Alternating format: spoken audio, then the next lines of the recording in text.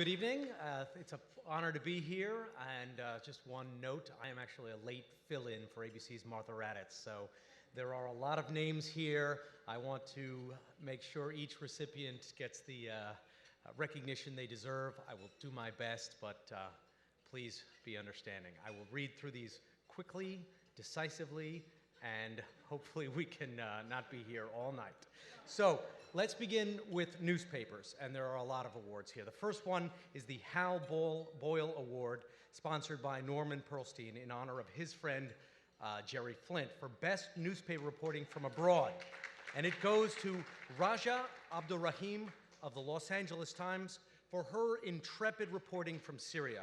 Her incursions into Syria were so fraught with danger for her family and colleagues that her original awards application was actually submitted anonymously. And Raja Abdulrahim is here this evening, so congratulations. Here is the certificate.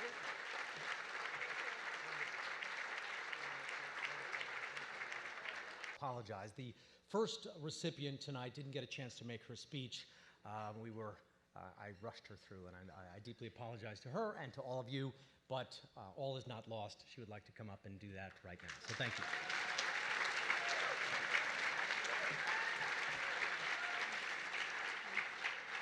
I actually thought the little mix-up would get me out of giving a speech, but apparently not.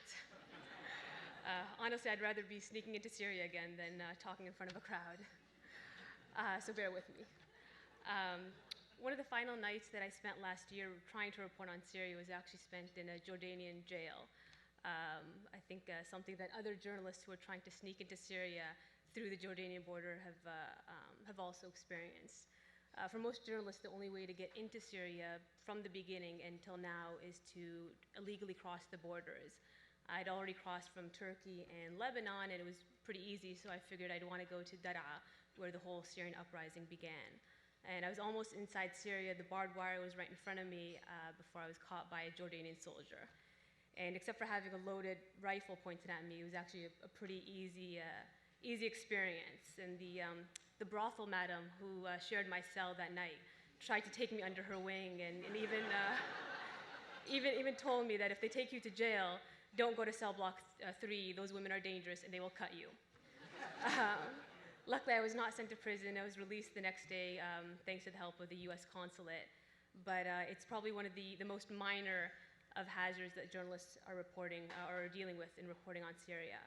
And as we know today, the parents of Jim Foley is with us, and it seems now every few weeks we hear of another journalist kidnapped or detained for a few hours or missing, or even in the worst scenarios, killed or injured.